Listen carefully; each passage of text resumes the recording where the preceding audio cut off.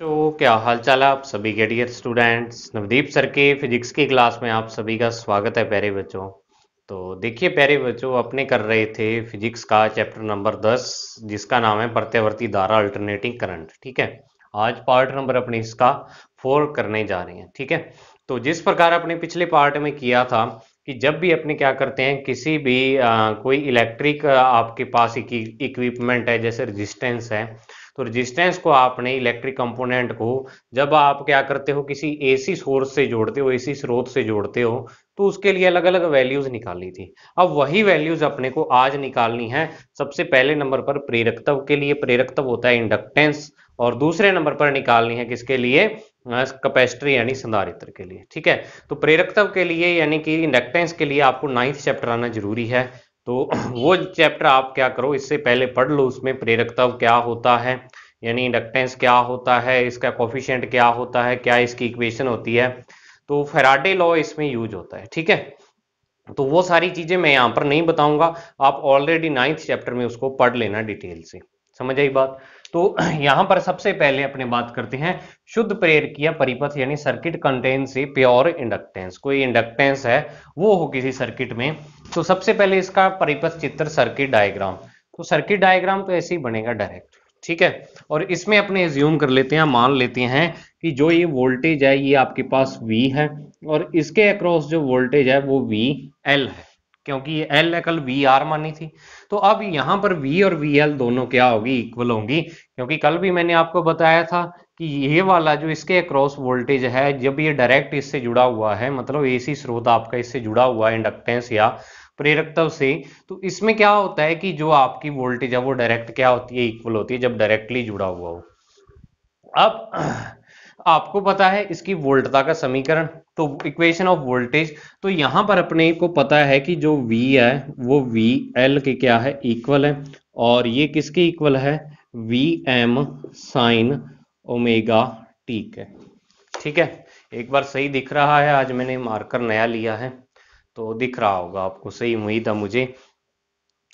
तो V बराबर VL VM sine omega T इसकी इक्वल आ गया। इसको आप दे दो इक्वेशन नंबर फर्स्ट।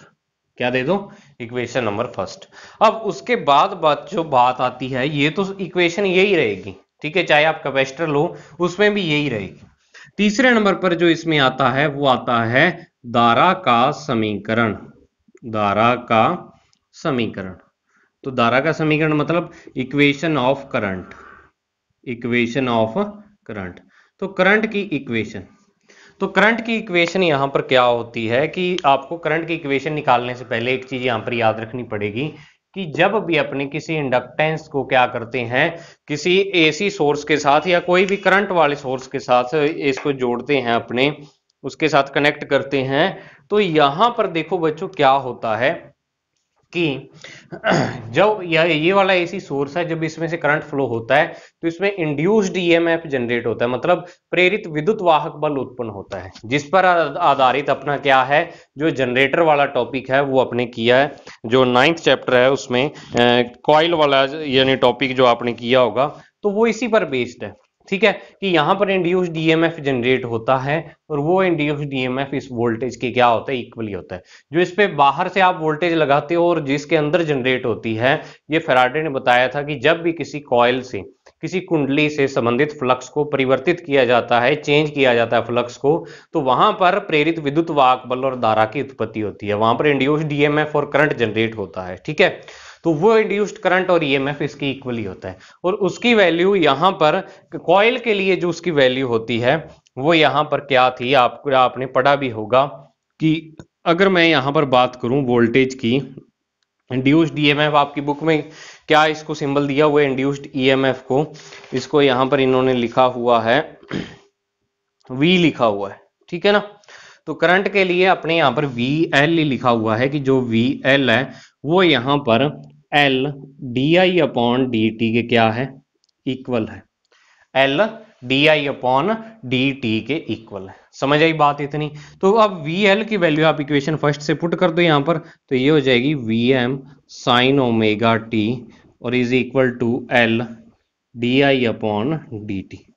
अब देखो ये वैसे तो क्या होती है, इसका जो सिंबल होता है वो ईटा से अपने शो करते हैं, इसको ई से शो करते हैं, और ये इसके इक्वल ही होता है। और यहाँ पर अगर आपने 9th चैप्टर में पढ़ा हो तो यहाँ पर नेगेटिव सिंबल आता है, वो नेगेटिव सिंबल यानी कि ऋणात्मक चिन्ह आता है, वो अपने को ये बताता है जो इसमें इंड्यूस्ड ईएमएफ और करंट की डायरेक्शन है वो क्या है, जो आपने लगाएगी वोल्टेज है उसका क्या करती है, ये विरोध करती है, अपोज करती है। तो उसके कारण यहाँ पर नेगेटिव सिंबल अपने यूज करते हैं, ठीक है। उसकी डायरेक्शन इसके अपोजिट होती है तो डायरेक्शन के लिए यूज करते हैं, लेकिन यहाँ आपको डेरिवेशन में मैग्नीट्यूड ही उसका लेना पड़ेगा। समझ आई बात? तो ये E के इक्वल होता है, और ये जो एक्सटर्नल वोल्टेज है, जो इसका मैग्नीट्यूड है, मतलब जो इसका परिमाण है, वो लगाई गई वोल्टेज के क्या होता है, इक्वली होता है। होती ये कौन सी है, इसके अंदर जो जनरेट होती है वोल्टेज, ठीक है। तो अब Vm sine omega T is equal to D I upon D T. तो अब इसको अगर मैं डी आई की वैल्यू यहां से निकालूं तो देखो ये L तो अपॉन में आ जाएगा और डी टी इसके मल्टीप्लाई में आ जाएगा। तो ये क्या आ जाएगा, Vm अपॉन में L साइन ओमेगा टी और साथ में आ जाएगा डी टी। अब क्या करना आपको, दोनों तरफ समाकलन, समाकलन मतलब इंटीग्रेशन आपको करना होगा यहाँ पे, integrating both sides, both sides. तो दोनों साइड जब आप क्या कर दोगे, इंटीग्रेशन इसका करोगे, तो यहाँ पर इंटीग्रेशन ऑफ डी आई आएगा और यहाँ पर integration of V M upon L sine omega T D T, ठीक है, ये आ जाएगा। अब आपको क्या करना है, इंटीग्रेशन करोगे तो जो इंटीग्रेशन का रिजल्ट आएगा वो आएगा I is equal to V M upon L. ये तो बाहर आ जाएगा क्योंकि कांस्टेंट वैल्यू है ये। एल जो होता है वो कॉइल का स्वप्रेरण गुणांक यानी म्यूचुअल, जो इसका क्या होता है, इंडक्टेंस का कांस्टेंट होता है, ठीक है ना। स्वप्रेरण गुणांक, सेल्फ इंडक्टेंस कांस्टेंट इसको बोल देते हैं। तो वी एम अपॉन एल, और यहां पर साइन ओमेगा टी का जब अपने करेंगे इंटीग्रेशन तो ये आ जाएगा माइनस कोस ओमेगा टी और अपॉन में ओमेगा, ये आ जाए। समझ आई बात? तो अब I इज इक्वल टू, इसको मैं देखो लिख रहा हूं यहां पर minus V M upon L और 1 अपॉन ओमेगा बाहर ले लो और ये आ जाएगा कोस ओमेगा टी, ठीक है। या इसको इकट्ठे ही लिख लो, V M upon omega L, V M upon omega L और साथ में यहां पर कोस ओमेगा टी। अब थोड़ा सा इसको सेट करते हैं अपने कि इस कोस ओमेगा टी को, क्योंकि जो आपके पास कोस थीटा होता है वो क्या होता है, साइन 90 माइनस थीटा के इक्वल होता है, या इसको आप sign pi by 2 minus theta के इक्वल इसको मानते हो ना। ये फॉर्मूला होता है साइन, जो कोस थीटा होता है वो साइन 90 माइनस थीटा यानी 90 माइनस थीटा के क्या होता है, इक्वल होता है। तो अब यहां पर अपने वही फॉर्मूला लगाएंगे इसको साइन में चेंज करने के लिए। तो minus V M upon omega L, इसको अपने लिखेंगे sine pi by 2 minus omega T, pi by 2 minus omega T, ठीक है। अब देखो ये वाला जो नेगेटिव सिंबल है इसको जब अपने अंदर भेजते हैं तो आपको एक चीज पता होगी कि साइन जो माइनस थीटा होता है ये माइनस साइन थीटा के इक्वल होता है, sine minus theta minus sine theta के इक्वल होता है। और अगर अपने कोस के एंगल में माइनस थीटा हो तो ये डायरेक्ट कोस थीटा के इक्वल होता है, ये इसका फॉर्मूला होता है, ठीक है। तो यहां पर ये फॉर्मूला आपको याद रखना है साइन वाला, तो sine minus theta minus sine theta. अब अपने पास माइनस साइन थीटा तो है ही, अब अपने को इसको ऐसे बनाना है, तो इस वाले माइनस को अंदर भेज दो, तो जब आप अंदर भेजोगे तो इन दोनों के सिंबल चेंज हो जाएंगे। तो आई बराबर V M upon omega L, और यहां पर क्या आ जाएगा आपके पास, omega T minus pi by 2, या इसको अपने लिख देते हैं I is equal to I M, sorry यहां पर साइन ओमेगा टी तो लिखना भूल ही गया मैं, sign omega T minus pi by 2, तो sign omega T minus pi by 2, और यहां पर आप लिखोगे वेयर, जहां आई एम आपने किसको लिखा है, V M upon omega L, और ये आई एम क्या है, यहां पर करंट की वैल्यू है, ठीक है। और जो यहां पर क्वांटिटी आ रही है ओमेगा एल, ओमेगा एल ये यहां पर एज ए रेजिस्टेंस वर्क करती है, यानी कि एक प्रतिरोध की तरह काम करती है। मतलब कि ये प्रतिरोध कौन सा होगा, इस कुंडली का या इस कॉइल का जो प्रतिरोध होगा या रेजिस्टेंस होगा वो वाला होगा। और जब आप इसकी यूनिट निकालते हो और डायमेंशन निकालते हो तो वो किसकी यूनिट के इक्वल आती है? प्रतिरोध की विमा के या प्रतिरोध की यूनिट के इक्वल आती है। तो मतलब ये रेजिस्टेंस है एक्चुअल में, लेकिन कॉइल का रेजिस्टेंस है। तो इसको अपने यहां पर नया नाम देंगे। तो ये अपने पास एक बार इक्वेशन आ चुकी है, तो आप इस इक्वेशन को ध्यान रखना है आपको। मतलब कि करंट की जो इक्वेशन है, इसमें अब एक्स्ट्रा क्या आ गया, जो वोल्टेज की इक्वेशन थी उससे, कि इसमें आपके पास -π/2 आ रहा है। मतलब कि जो वोल्टेज में जो एंगल है वो ओमेगा टी आ रहा है, और इसमें ओमेगा टी -π/2 आ रहा है। ठीक है, तो करंट की इक्वेशन निकालनी आ गई आपको भी। करंट की इक्वेशन अपने कैसे निकालते हैं एक प्रेरकत्व या इंडक्टेंस के लिए? तो अपने यहां पर जब वोल्टेज और करंट को देखते हैं, तो यहां पर अपने को एक चीज जो देखने को मिलती है वो कौन सी है, कि कलांतर। ठीक है, वैसे तो कलांतर अपने आगे निकालेंगे, लेकिन आप यहां पर एंगल में डिफरेंस देखो, तो ये वाले एंगल में से 90 डिग्री माइनस हो रहा है। मतलब कि जो आपका करंट है वो इस वोल्टेज से 90 डिग्री पीछे चलता है, π/2 एंगल पीछे होता है। तो अपने यहां पर लिखेंगे कि यहां धारा वोल्टता से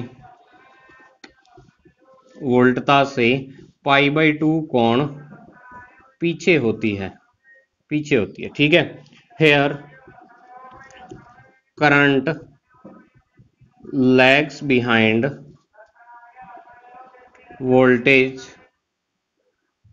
बाय एंगल π/2, यानी कि करंट अपना लैग करता है यहां पर जो वोल्टेज से π/2 एंगल पर। अब इसका मतलब क्या है भी, करंट पीछे होता है और वोल्टेज क्या होती है, आगे होती है। ठीक है, तो इसका मतलब ये है कि जब अपने इस एसी सोर्स को, फिजिकल मीनिंग समझो इसका, ये तो क्या है, इसकी वैल्यू अपनी न्यूमेरिकली वैल्यू है इसकी भी, करंट का एंगल पीछे होता है, वोल्टेज का एंगल आगे चलता है। अब इसका मतलब देखो एक्चुअल में इसका मीनिंग क्या है वो देखो। तो इसका मतलब ये है कि जब आप इसको एसी सोर्स से जोड़ देते हो, तो यहां पर सबसे पहले पोटेंशियल डिफरेंस जनरेट होता है, वोल्टेज जनरेट होती है यहां पर।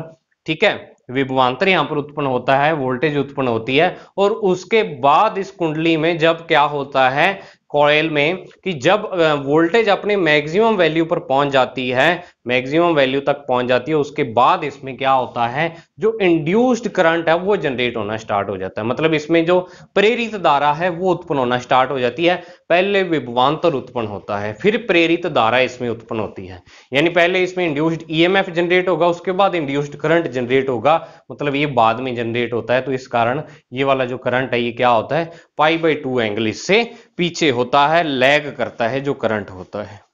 ठीक है, फिर उसके बाद मैं यहां पर अगर मैं बात करता हूं फोर्थ नंबर पर, तो फोर्थ नंबर पर अगर क्या करें, अपने कलांतर लिख लो। चलो आप, या कल प्रतिरोध लिखा था, तो प्रतिरोध लिखा तो प्रतिरोध लिख लो। यहां पर प्रतिरोध को अपने नया नाम देते हैं प्रेरकीय प्रतिघात, इंडक्टिव रिएक्टेंस, इंडक्टिव रिएक्टेंस या प्रेरकीय प्रतिघात। अब जो यहां पर क्वांटिटी अपने पास ओमेगा एल आई, तो हेयर जो एक्स एल है वो ओमेगा एल, यानी जो ओमेगा एल है उसको अपने एक नया यानी कि नाम दे देते हैं, एक्स एल से इसको शो करते हैं। और इस ये क्या है कि ये एक्चुअल में क्या होता है, रेजिस्टेंस ही होता है। क्या होता है, ये प्रतिरोध ही होता है, लेकिन अपने यहां पर प्रतिरोध इसको नहीं बोल सकते क्योंकि वो वायर के लिए होता है, और यहां पर कॉइल है, कुंडली आपके पास, तो इस कारण इसको नया नाम दे दिया प्रेरकीय प्रतिघात। होता प्रतिरोध ही है, लेकिन कुंडली का जो प्रतिरोध है, कॉइल का जो प्रतिरोध है, उसको प्रेरकीय प्रतिघात बोल देते हैं, इंडक्टिव रिएक्टेंस बोल देते हैं। और इसकी जो यूनिट और डायमेंशन है यानी विमा और मात्रक है वो क्या होते हैं, प्रतिरोध के बराबर ही होते हैं। तो X L is equal to omega L, तो आप यहां पर लिखोगे कि यह यहां पर एक प्रतिरोध की तरह व्यवहार करता है। ठीक है, अब क्या है कि आपको पता है कि एक चीज यहां पर कि अगर अपने डीसी और एसी करंट की बात करें, ठीक है। तो जो डीसी करंट होता है उसकी जो फ्रिक्वेंसी होती है मतलब आवर्ती होती है वो 0 होती है, और एसी की कोई ना कोई वैल्यू होती है, यहाँ पर कोई ना कोई यहाँ पर उसकी वैल्यू होती है। आवर्ती मतलब जो इसमें नंबर ऑफ टर्न्स, चक्कर कितने लगते हैं एक सेकंड में, उसको अपने आवर्ती बोल देते हैं। तो डीसी जो करंट होता है उसकी वैल्यू हर टाइम सेम रहती है। ये डीसी करंट का ग्राफ है। तो डीसी की आवृत्ति या उसकी फ्रिक्वेंसी क्या होती है, 0 होती है। ये आपको हमेशा याद रखना है। तो इस कारण इस फॉर्मूले को अगर थोड़ा सा मैं मॉडिफाई करूं तो ओमेगा वैसे तो 2 पाई अपॉन टी होता है, और 1 अपॉन टी को अपने एफ यानी फ्रिक्वेंसी लिख सकते हैं, तो 2 पाई एफ है। तो अगर मैं इस डीसी करंट के लिए वैल्यू लिखूं एक्सएल की, एक्सएल किसके लिए लिखूं, डीसी के लिए लिखूं, तो इसकी वैल्यू हो जाएगी 0, और एक्सएल की वैल्यू एसी के लिए लिखूं तो यहां पर कोई ना कोई इसकी वैल्यू एग्जिस्ट करेगी, वो एफ की वैल्यू पर डिपेंड करेगी। जैसे इंडिया में जो एसी जनरेट होती है यहां पर एफ की वैल्यू 50 हर्ट्ज होती है, तो उसी हिसाब से। तो इसका मतलब यहां पर क्या है कि अगर आप इस कॉइल को डीसी से कनेक्ट करते हो तो डीसी के लिए ये बाईपास का काम करेगी, मतलब डीसी करंट के रास्ते में ये कोई रेजिस्टेंस जनरेट नहीं करेगी, ठीक है। और अगर आपने एसी करंट के साथ इसको लगाया है तो यहां पर रेजिस्टेंस जनरेट होगा।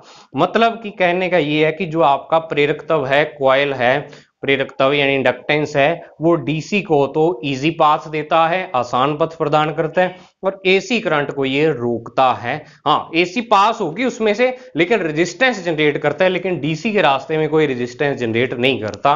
रीजन इसका आपको पता लग गया कि क्या होता है, डीसी की जो फ्रिक्वेंसी होती है वो क्या होती है, 0 होती है।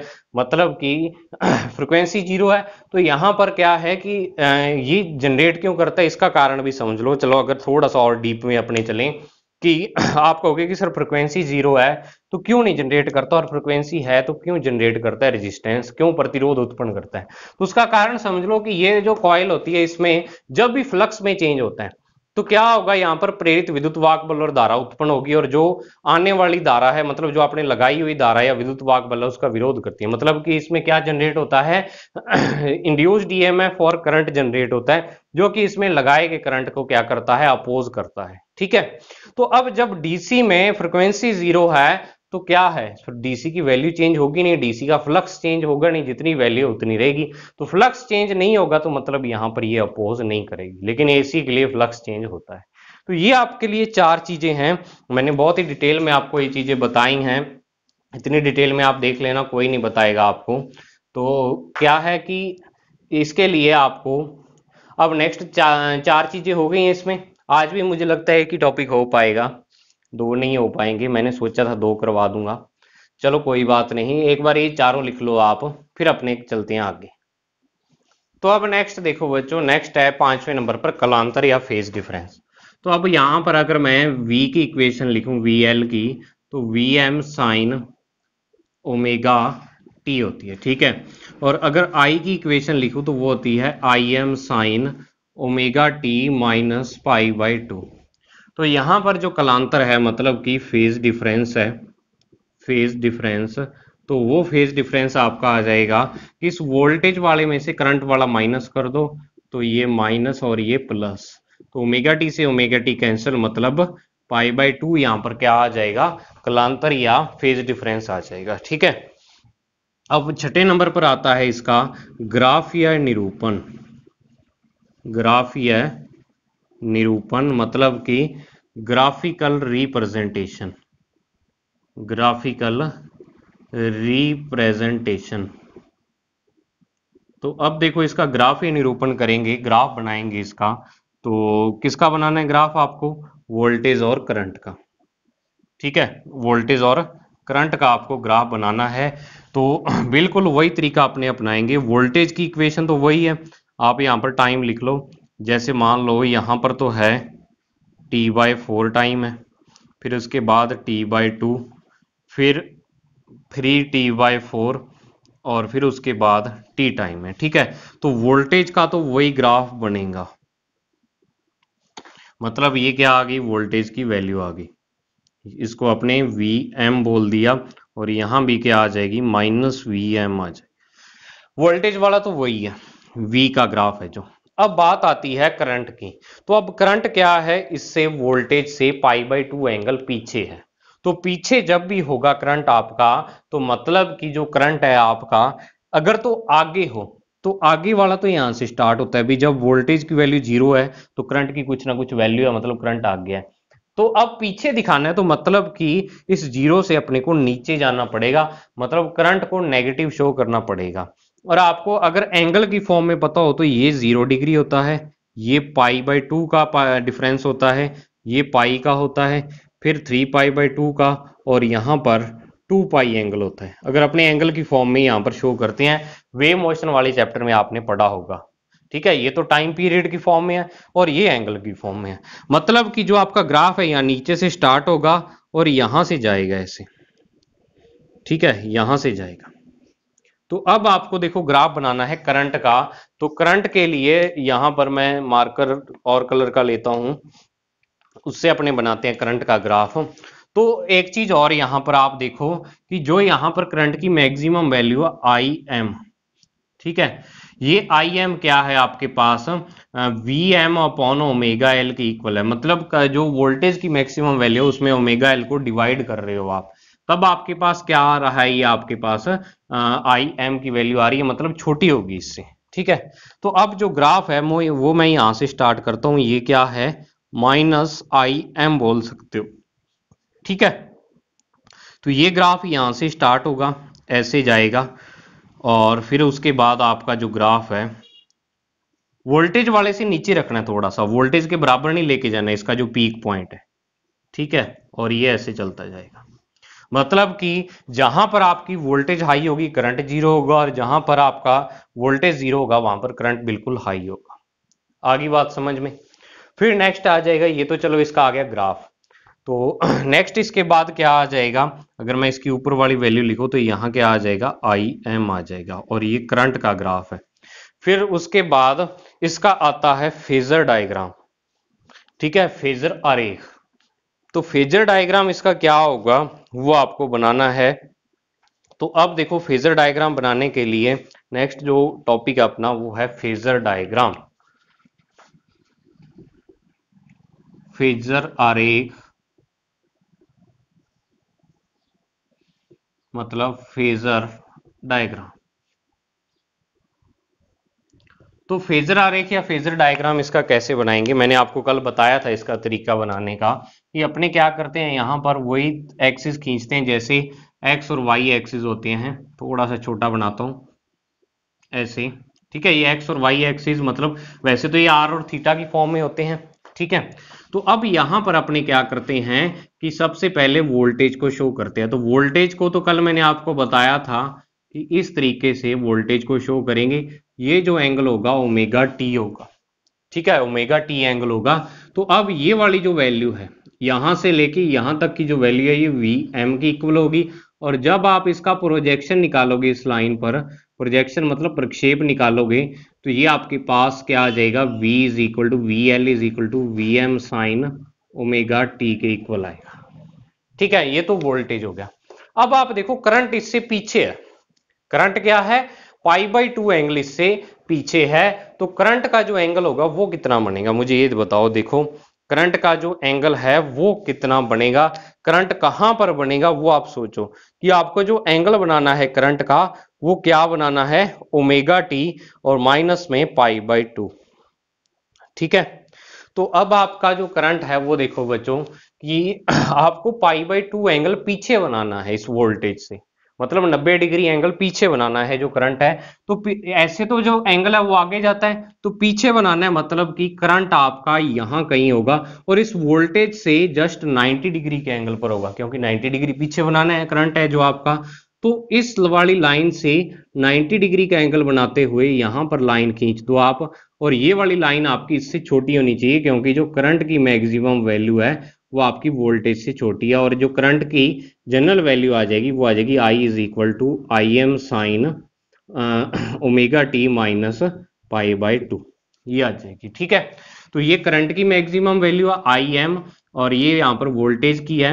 और ये वाला जो अपने एंगल है ये अपने कितना लेते हैं, पूरा 90 है, और उसमें से ओमेगा टी ऊपर वाला है। वैसे तो 90 माइनस ओमेगा टी होना चाहिए ये वाला एंगल, कितना होना चाहिए 90 माइनस ओमेगा टी, या आप कह सकते हो कि पाई/2 माइनस ओमेगा टी होना चाहिए। ठीक है, लेकिन ये एंगल नेगेटिव डायरेक्शन में है, इस कारण इसके बाहर अपने नेगेटिव लगा देते हैं डायरेक्शन के कारण। तो जो अपने एंगल यहां पर शो करते हैं वो ये वाला एंगल क्या हो जाएगा, ओमेगा टी माइनस पाई/2। ठीक है, करंट के लिए। तो इस प्रकार से करंट आपका पाई/2 एंगल यहां पर पीछे होगा इस वोल्टेज से। तो ये करंट है और ये वोल्टेज है। समझ आई बात। वैसे इसमें लाइन ही लगानी आपको एंगल को याद रख के। तो एंगल यहां पर जो करंट है यहां पर वो क्या करता है, लैग करता है वोल्टेज से। समझ आई इतनी बात। अब नेक्स्ट जो लास्ट पॉइंट आता है, वो लास्ट पॉइंट इसका आता है आपके पास इसकी पावर। क्या आती है लास्ट पॉइंट, आता है पावर। पावर या शक्ति का आरेख, ग्राफिकल रिप्रेजेंटेशन ऑफ पावर, आप इसको ये भी बोल सकते हो।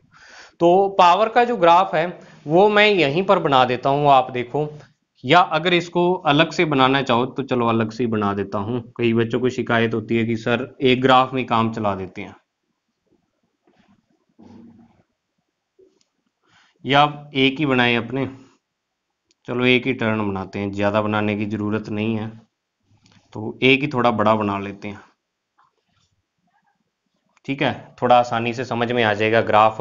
और जो दूसरा अपने करंट वाला बनाते हैं, ये तो वोल्टेज वाला हो गया, और उसके लिए आपको यहाँ पर लाइनें लगानी पड़ेंगी। ये 0, ये क्या हो जाएगा T/4, ये कौन सा T/2, फिर ये हो जाएगा 3T/4, और फिर उसके बाद T टाइम हो जाएगा। और जो करंट वाला ग्राफ है वो यहाँ से चलेगा ऐसे, तो ये ऐसे, फिर उसके बाद ऐसे, फिर उसके बाद यहां पर मैक्सिमम हो जाएगा फिर से जाके। ठीक है, इस टी की सीध में। तो अब आप देखो यहां पर वोल्टेज मतलब कि जो आपके पास पावर का ग्राफ बनाने के लिए आप यहां पर इसको ऐसे डिवाइड कर लो, यहां पर ऐसे। ठीक है ना, T/4 टाइम के बाद यहां पर लाइनें लगा लो। तो लाइनें लगाओगे तो आप देखो यहां पर इसको समझना, आराम से समझना, तभी मैं थोड़ा टाइम इस पे ज्यादा लगा रहा हूं क्योंकि बच्चे बहुत कंफ्यूज होते हैं यहाँ पर। आपको पता है पावर जो होती है वो वोल्टेज इनटू करंट के इक्वल होती है, इसके इक्वल होती है। मतलब पावर वाला ग्राफ का जो एम्पलीट्यूड होगा, मतलब कि जो मैक्सिमम वैल्यू होगी पावर की, वो इन वोल्टेज और करंट दोनों से ज्यादा आएगी। ये करंट वाला थोड़ा सा नीचे रखना, मैंने ऊपर चला गया इससे। तो अब आप एक चीज यहां पर ये देखो कि अगर मैं इतने पार्ट की बात करता हूं, इतने पार्ट की, तो इसमें आप देखो वोल्टेज है जो आपकी V की वैल्यू है वो पॉजिटिव है, वोल्टेज पॉजिटिव है, लेकिन जो करंट है उसकी वैल्यू क्या है, नेगेटिव है। और पावर जो होती है वो इन दोनों के मल्टीप्लाई की इक्वल आती है, V और I के। तो पॉजिटिव और नेगेटिव का मल्टीप्लाई क्या होगा, नेगेटिव होगा। तो मतलब जो अपना पावर का ग्राफ है वो यहां से स्टार्ट होगा ऐसे। इतने पार्ट में देखो आप, इसकी वैल्यू पॉजिटिव ही चल रही है, और जो आपके पास क्या है करंट की वैल्यू है वो नेगेटिव ही चल रही है यहां पर आकर। ठीक है, तो इतने पार्ट के लिए जब अपने क्या बनाएंगे, ग्राफ बनाएंगे, तो एक मिनट इस मार्कर को मैं साफ कर लूं। तो जो ग्राफ बनेगा आपका वो नेगेटिव से स्टार्ट होगा, नेगेटिव वाली साइड से, मतलब कि ये ऐसे जाएगा ग्राफ आपका। ठीक है, पावर वाला। अब उसके बाद आप देखो यहां पर इतने पार्ट में T/4 से T/2 टाइम पर, तो इतने टाइम में देखो आप कि जो करंट की वैल्यू वो भी पॉजिटिव है, वोल्टेज की वैल्यू भी पॉजिटिव है। तो दोनों पॉजिटिव है तो मतलब पावर अपनी पॉजिटिव आएगी, क्योंकि मल्टीप्लाई दोनों का पॉजिटिव। यानी आपको पावर दोनों से ज्यादा बनाना है, पावर की मैक्सिमम वैल्यू इन दोनों के मल्टीप्लाई की इक्वल है। फिर आप तीसरे में आओ, यहां करंट पॉजिटिव हो गया और वोल्टेज नेगेटिव होगी, तो दोनों का मल्टीप्लाई फिर से नेगेटिव ऐसे, और फिर लास्ट में आपके पास क्या आ जाएगा, फिर से पॉजिटिव आ जाएगा। ठीक है ना, तो ये थोड़ा सा गैप मेरे से ज्यादा बन गया। आप पूरा जब इसको माप के बनाओगे तो पूरा सही बनेगा। तो जो ये आपके पास ग्रीन कलर में आ रहा है ये पावर का ग्राफ है, मतलब P आपके पास। समझ आई बात। तो पावर के ग्राफ भी मैं आपको साथ में यहां पर करवा रहा हूं। तो ये बच्चों इसके आठों के आठों पॉइंट थे। अब अपने को टाइम तो इसमें जरूर लग रहा है, लेकिन ये जो टॉपिक है ना बच्चों, बहुत ही ज्यादा समझने वाले टॉपिक है। तो इस कारण क्या है कि आपको बहुत ही अच्छे तरीके से समझने हैं। बुक से आपको ये याद नहीं होगा इतनी जल्दी, बुक में बहुत सारी मिक्सिंग दे रखी है इसके अंदर, तभी बच्चों को थोड़ा ये चैप्टर हार्ड लगता है, क्योंकि बुक में अपने को दिक्कत आती है पढ़ने में। ठीक है। बुक में क्या है कि थ्योरी काफी दी होती है और वो थ्योरी ऐसी दी है कि समझ नहीं आती। तो आपको तो जो मेन मेन चीजें हैं जो उसमें से मैंने निचोड़ निकाला है, जितना क्वेश्चन बन सकते हैं वो सारा इसके मैंने अरेंजमेंट कर दिया। बुक में ये पॉइंट वाइज नहीं दिए हुए आपको, ग्राफिकल रिप्रेजेंटेशन कलांतर वगैरह ये पॉइंट वाइज नहीं है बुक में, मैंने खुद से इसके पॉइंट बनाए हैं ताकि आपको आसानी से समझ आ जाए। समझ आई बात? तो आज की वीडियो में बच्चों इतना ही। अब नेक्स्ट वीडियो में अपने करेंगे इसके कैपेसिटर के लिए। तो जरूर वीडियो को प्यार करें और ज़्यादा से ज़्यादा शेयर करते रहें अपने फ्रेंड्स के साथ। तो मिलते हैं बच्चों नेक्स्ट पार्ट में, तब तक के लिए thank you. Have a nice day प्यारे बच्चों।